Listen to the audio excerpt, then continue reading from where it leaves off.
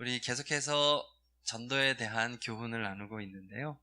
역사적인 배경들을 살펴보면서 교훈을 나누고 있습니다. 특별히 오늘은 종교개혁 시대의 전도라는 제목으로 말씀을 전하겠습니다. 중세시대가 있습니다. 언제냐면 476년 서로마 제국이 멸망할 때부터 1453년 동로마 제국이 멸망할 때까지 약 1000년간의 기간을 중세라고 말합니다. 이 중세 시대에서는 유럽에서 최고 권력이 어디에 있었느냐? 국가가 아니었어요. 로마 카톨릭 교회에 대단한 권력이 있었습니다. 지금도 로마에 가면 교황청이 있는데요. 이탈리아 로마시에 있습니다. 그런데 로마시에 있는 한 부분이 아니고요. 저 교황청이 하나의 나라입니다. 나라. 세계에서 제일 작은 나라인데요. 인구가 850명도 지금 안 되고요. 수도는 바티칸입니다. 이 세계에서 제일 작은 나라 저 교황청에서 전 세계 로마 카톨릭, 천주교회라고 하죠. 그것을 다 통제하고 있는 거예요. 절대 권력이죠. 그런데 그 배경이 언제냐? 중세시대예요. 지금의 교황청의 권력과는 비교도 할 수 없는 어마어마한 권력을 갖고 있었죠. 아시다시피 역사적으로 권력을 갖게 되면 타락하게 됩니다. 교황청의 수장이 누굽니까? 국가 원수가 바로 교황입니다. 교황을 우리나라 말로 번역한 말이 교황인데 풀으면 교회의 황제라는 뜻이에요. 황제라고 말합니다. 그리고 원래 교황을 지칭하는 용어는 파파예요. 파파. 그 의미는 무엇이냐면 성스러운 아버지 이런 뜻이에요. 그러니까 교회의 황제라는 말도 굉장히 좀 교만한 말이지만 파파, 성스러운 아버지라는 말, 이거 우리 어디에 쓰는 말입니까? 성부, 하나님에게 붙이는 말이거든요. 그것을 사람에게 붙인 아주 큰 교만이라고 할 수 있는 거죠. 이 교황이 절대 권력을 가지고 영적으로 굉장히 어두웠던 시대가 바로 중세시대였던 거예요. 그때 16세기 전반까지 이러한 상황이 계속되다가 로마 카톨릭 교회에 대한 반발로 일어난 것이 바로 종교개혁입니다. 교회가 이러면 안 된다. 교회가 개혁돼야 된다. 교회가 갱신돼야 된다 하면서 이제 이 운동이 벌어져서 개신교가 시작이 됐죠. 이 개신교를 다른 말로 프로테스탄트 교회라고 하는데, 우리가 보통 기독교라고 말할 때는 로마 카톨릭, 천주교회, 또 동방교회, 그리스 정교회, 그리고 개신교회 세 가지를 다 포괄한 말이 기독교예요. 보통 저희가 개신교회가 기독교인 줄 아시는데 천주교회, 동방 정교회가 다 개신교회 소속이 되어 있습니다. 우리 서원교회는 이 중에서도 개신교회에 소속이 되는 거죠. 종교개혁을 통해서 생겨난 교회, 개신교. 이 안에서 기독교 대한감리회, 감리교 소속이죠. 오늘은 그 종교개혁 시대의 전도에 대해서 살펴보려고 하는데요. 많은 사람들이 이 종교개혁 시대에는 전도에 별로 관심이 없었다. 종교를 개혁하는 이거에만 집중을 했지 전도에는 관심이 없었다라고 오해를 합니다. 그러나 이 종교개혁 시대야말로, 이 종교개혁을 일으켰던 종교개혁자들이야말로 전도의 새 시대를 연 사람들이라고 할 수 있습니다. 왜 그런지 하나하나 살펴보겠습니다. 첫 번째로 종교개혁 시대의 전도는요, 우리 1번 읽습니다. 시작. 복음을 회복함으로 시작되었습니다. 전도가 무엇입니까? 도를 전하는 거죠. 이 도가, 우리가 믿는 도는 복음이잖아요. 성경의 핵심. 복음을 전하는 것이 전도라고 할 때에 복음이 없으면 전도가 일어날 수 있겠습니까? 없지요. 이 중세시대에는 복음이 실종된 시대였기 때문에 잘못된 복음이 외쳐졌기 때문에 배달할 내용이 없는 거예요. 음식을 주문했는데 음식 없이 배달이 가능하겠습니까? 전도가 불가능했던 시대가 중세시대였던 거예요. 아무리 가톨릭 교회로 초청을 해도 그 사람이 복음을 들을 일이 없었기 때문에. 그러면 중세시대는 어떻게 복음이 잘못되었느냐? 그 내용을 살펴보면 첫 번째로 선행으로 구원에 이른다. 이런 행위 구원을 강조했던 곳이 이 중세 로마 가톨릭이었어요. 그래서 좋은 일을 하게 하고 또 뭐 율법을 지키게 하는 것을 통해서 구원을 얻을 수 있다. 이것을 다른 말로 율법주의라고 하죠.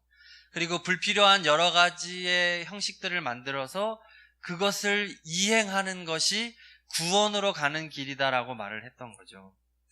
선행으로 구원에 이른다. 잘못된 복음입니다.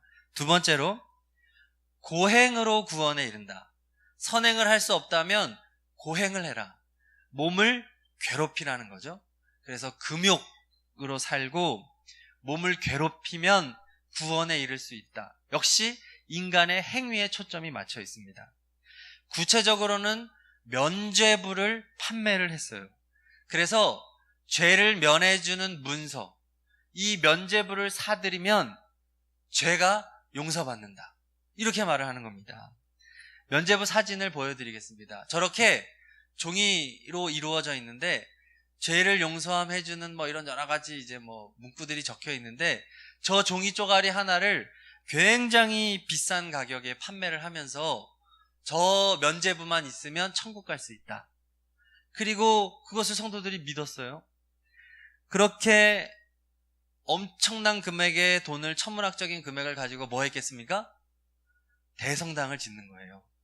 의리의리한 앞에 사진들에 보다시피 이탈리아 밀라노에 있는 대성당, 또 독일 쾰른 대성당, 프랑스 파리의 노트르담 대성당, 보기만 해도 굉장히 의리의리하지만 현장에 가면 또 입이 쩍 벌어집니다.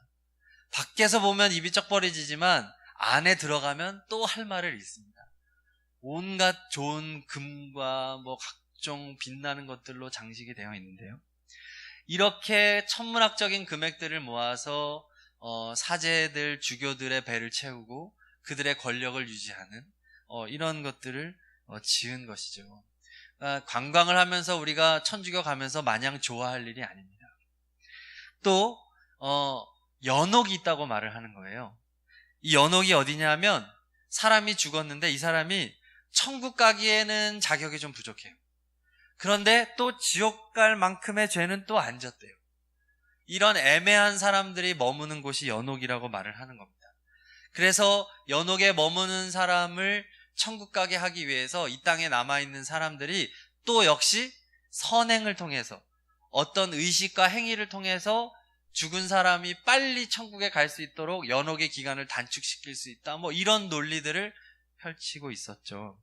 성경 어디를 봐도 연옥을 뒷받침해주는 구절이 없는데도 말이죠.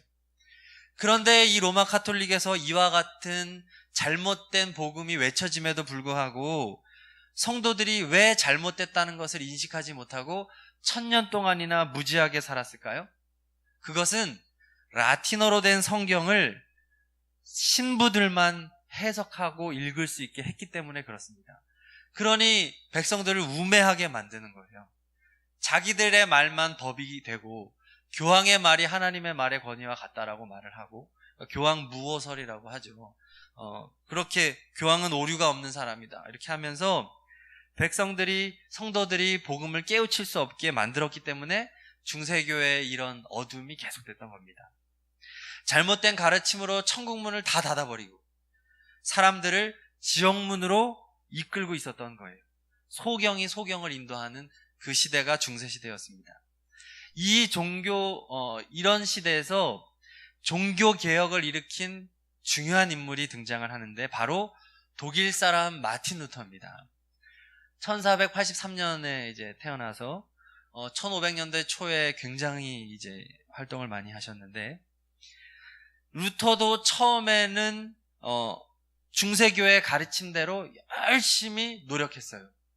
구원을 얻어보려고 고행을 하고 선행을 하고 면죄부도 사고 고해성사도 하고 그랬는데 마음이 도무지 평안해지지를 않는 거예요. 너무 두려운 거예요. 그래서 그가 말합니다. 마치 내 영혼이 천국으로부터 더 멀어져서 지옥으로 떨어지는 것 같았다.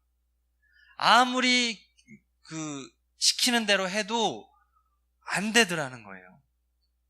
이때 이 루터에게 구원의 빛이 비추어졌습니다. 바로 오늘 읽었던 로마서 1장 17절 말씀 중에 이 구절입니다. 우리 함께 읽습니다. 시작. 의인은 믿음으로 말미암아 살리라. 아멘. 아주 짧은 구절이지만 그동안 자기가 붙잡고 있었던 것은 무엇입니까? 선행이잖아요. 행위잖아요.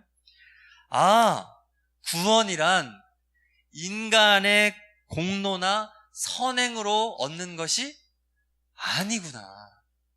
구원은 오직 예수님의 공로를 믿음으로 얻는 것이구나.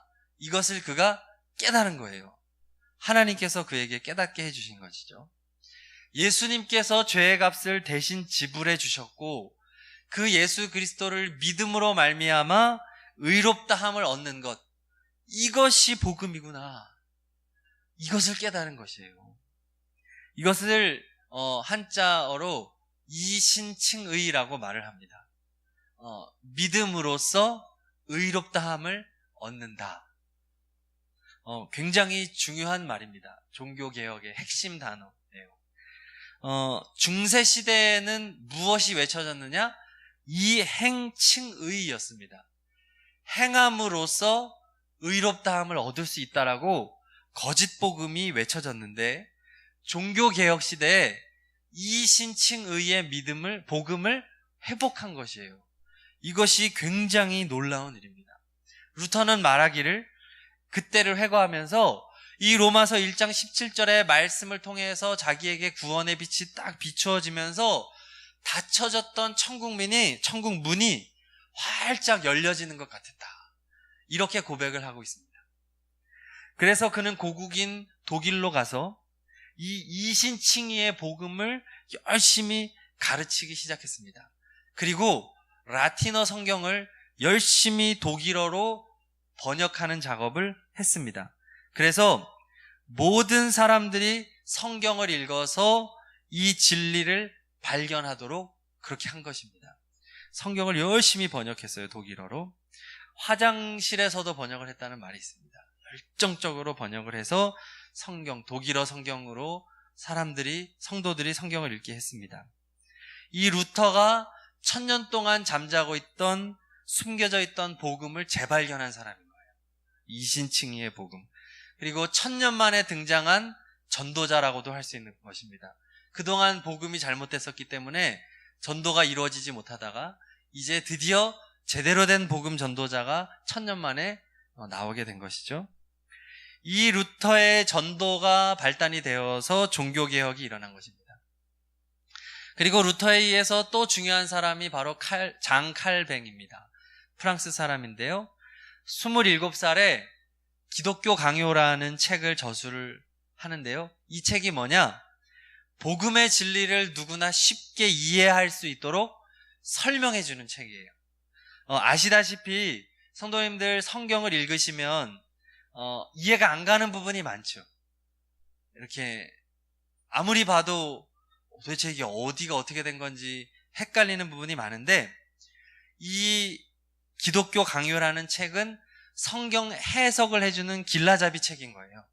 그래서 이 책을 통해서 성경을 잘 이해하지 못하는 사람들이 자국어로 된 성경들이 이제 나오잖아요. 그 성경을 볼 때 아주 좋은 지침서로, 이 참고도서로 기독교 강요책을 보게 된 것이죠. 그래서 루터가 이신칭의를 강조했다고 한다면 이 장 칼뱅은 기독교 강요를 통해서 성화를 깊게 다루었습니다. 성도들이 예수 믿고 사는 삶은 어떤 삶이냐? 구원을 믿고 어떤 삶을 사는 것이냐? 경건하게 살아가는 것이다. 성숙해짐을 목표로 해서 날마다 예수와 동행하는 것이다. 이런 것들을 잘 설명해 주었습니다. 또 하나는 교회론을 잘 설명해 줬습니다. 왜냐하면 로마 카톨릭의 교회론은 너무나 타락했기 때문이잖아요. 로마 카톨릭의 교회는 자신들의 권력을 유지하기 위해서 어떤 이런 교회나 이런 것들을 지나치게 우상화 만들고 어떤 성물을 숭배하게 만들고 성상을 숭배하게 만들고 이런 일들을 많이 했는데, 그것은 잘못된 교회론이고 제대로 된 교회가 무엇인가? 예수 그리스도의 몸이다. 그리고 참된 교회는 어떤 교회인지에 대하여 상세하게 알려주는 이 책이 바로 기독교 강요라는 책이었습니다.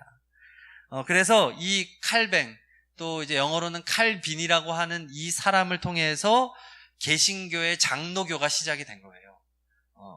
이 사람의 신학이 잘 정립이 됐었기 때문에. 이처럼 루터와 칼뱅이라고 하는 두 사람을 통해서 종교개혁이 진행이 됐고, 많은 사람들이 복음을 깨닫고 교회가 회복되게 된 것입니다. 개신교가 시작이 된 것이죠. 그래서 첫 번째 종교개혁 시대의 전도는 뭐냐? 복음이 회복되는 것을 통해서 전도가 이루어졌다는 것이고요. 두 번째 종교개혁 시대의 전도는요, 2번에 있습니다. 시작. 성경과 설교의 회복을 통해 이루어졌습니다. 중세교회는요, 각종 미신들이 이 교회 안에 들어와서 주인 노릇을 했습니다. 가톨릭은 세계로 전해지면서 그 지역에 있는 토속 우상들하고 타협을 많이 했어요. 그래서 가는 나라마다 그 나라에 있는 문화들을 흡수를 하는 거예요. 복음만이 옳다라고 말을 하지 않고 다른 것들을 다 수용을 하는 거죠. 예를 들어서 우리나라에 들어온 가톨릭은 제사를 허용하지 않습니까? 이제 그런 것들이 이제 이런 중세교회의 모습이었는데, 종교 개혁자들은 무엇을 외쳤느냐? 오직 성경만이 신앙생활의 표준이다. 유일한 기준은 성경이다라고 선포하는 것입니다. 그래서 개신교는 제사를 허용하지 않잖아요. 그리고 성경이 회복돼야 되기 때문에 열심히 성경 번역 작업을 했습니다. 루터가 독일어로 성경을 번역했고, 또 윌리엄 틴들이라고 하는 분은 영어로 성경을 번역을 했던 분입니다. 그리고 이들은 이렇게 성경을 번역하고 또 기독교 강요와 같은 기독교 서적을 저술을 하는 것뿐만 아니라 설교 사역에도 열심을 냈어요.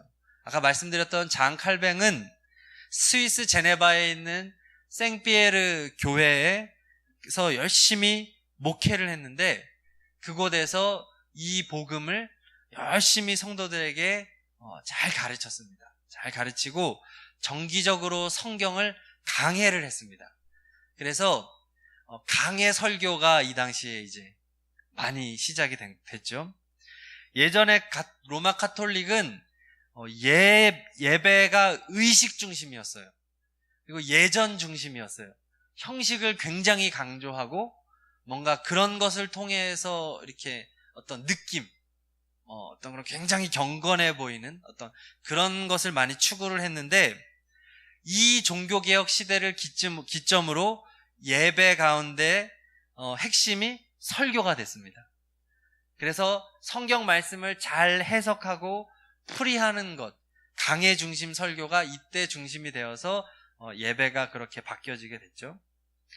당시 중세는 잘못된 복음과 가르침에 성도들이 익숙해 있었기 때문에 모두가 다 불신자나 다름없었어요. 그렇죠? 그때 이 설교자들은 성경을, 복음을 잘 해석해서 그렇게 설교를 했기 때문에 복음 설교 자체가 전도가 된 것입니다. 할렐루야. 네. 복음을 전하면 우매했던 성도들이 이 복음을 깨우치게 된 거죠. 그러니까 예배 자체가 전도의 현장이었던 때가 바로 종교개혁 시대가 되는 것입니다. 이처럼 종교개혁 시대에는 성경이 회복되고 설교가 회복됐던 시대였습니다. 세 번째 종교개혁 시대의 전도인데요. 우리 3번 읽습니다. 시작. 교회 교육과 전도자 파송을 통해 이루어졌습니다.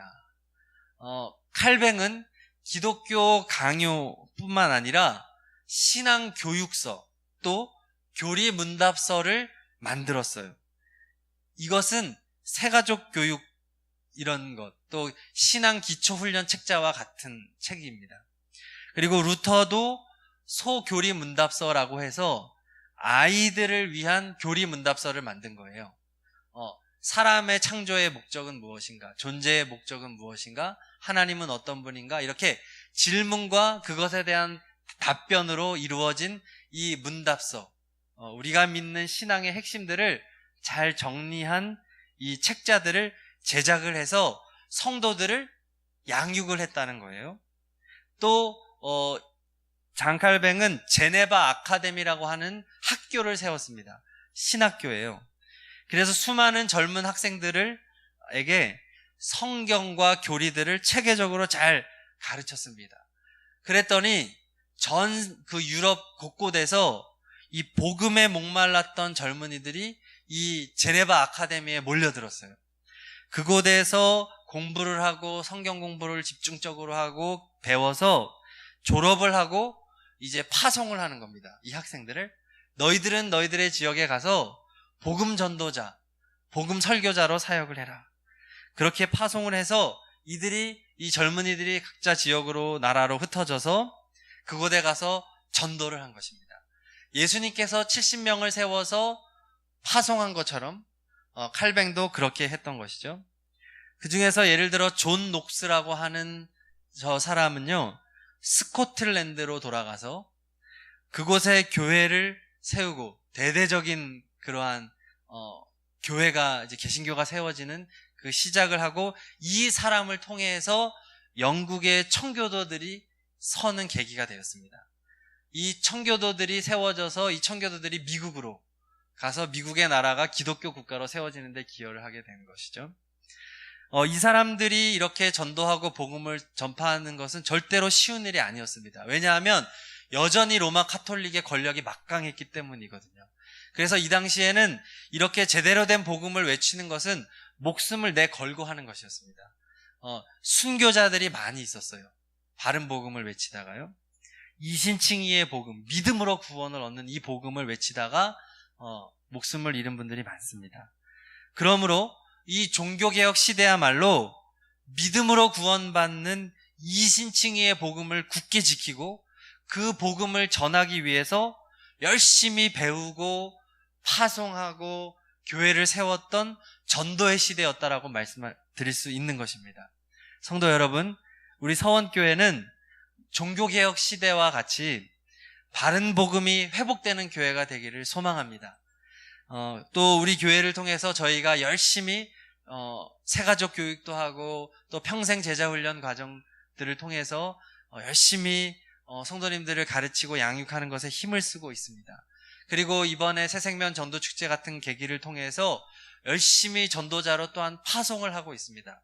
이 모든 과정에 적극적으로 참여하여 주셔서 종교개혁 시대의 개혁자들과 같은 전도자로 세워지시기를 바랍니다. 하나님의 말씀을 잘 배우고 각자의 자리에서 열심히 전도하며 사시는 것, 그것이 종교개혁 시대의 정신을 물려받는 것입니다. 우리 이 시간 오늘 말씀을 생각하시면서 함께 기도하실 텐데요. 종교개혁 시대는 바른 복음의 회복으로 시작되었습니다. 오직 믿음으로 구원을 얻는 이신칭의의 복음이 진리입니다. 또 종교개혁 시대 전도는 성경과 설교의 회복을 통해서 이루어졌습니다. 오직 성경 위에서 굳건히 서는 성도님들이 되시기를 위하여 기도하시고요. 마지막으로 교회 교육과 전도자 파송으로 이루어졌던 전도였습니다. 그러므로 우리는 열심히 하나님의 말씀을 배우고 또 전도자로 파송되어야 됩니다. 그래서 각자의 자리에서 열심히 복음을 전하는 전도자로 사시기를 바랍니다. 우리 다 함께 말씀을 생각하시면서 합심으로 기도하시겠습니다. 할렐루야. 하나님 아버지 감사합니다. 종교개혁 시대를 통해서 잠자고 있던, 숨겨져 있던 믿음으로 구원을 얻는 이 복음을 회복시켜 주시니 감사드립니다. 오직 믿음으로 구원을 얻는 이 이신칭의의 복음을 저희가 기억하게 하시고 각자의 자리에서 오직 성경 말씀을 깊이 배우고 깨닫고, 또한 아버지 하나님 알아서 하나님 세상에 나아가서 복음을 전하는 그러한 종교개혁 시대의 전도자와 같은 헌신된 삶을 살아가게 하여 주시옵소서. 아버지 하나님, 열심히 배워서 하나님의 말씀을 더욱더 깨닫기를 원합니다. 서원교회를 통하여서 이러한 일들이 이루어지기를 소원합니다. 하나님 아버지, 저희들을 사용하여 주시옵소서. 하나님께 영광 돌리는 삶을 살게 하여 주옵소서. 우리에게 받은 바른 믿음을 회복시켜 주시고, 온전한 믿음과 고백을 가지고 하나님의 나라를 위하여 전도하는 복음의 일꾼들이 되게 하여 주시옵소서. 아버지 하나님, 우리가 온전하기를 원합니다. 아버지, 저희들을 사용하여 주시고 인도하여 주시고 역사하여 주시옵소서. 아멘. 하나님 아버지, 종교개혁 시대를 통해서 바른 복음을 회복시키시고 복음 전도의 시대를 인도하신 하나님을 찬양합니다. 거짓 복음이 많은 이 시대에 우리 서원교회를 통해서 오직 믿음으로, 오직 성경으로 구원을 얻는 바른 복음이 회복되게 하시고, 교회 교육을 통하여 예수님의 사람이 세워져서 훈련된 전도자들이 많이 파송되어지는 우리 교회가 되게 하여 주옵소서. 주 예수 그리스도의 이름으로 기도드립니다. 아멘.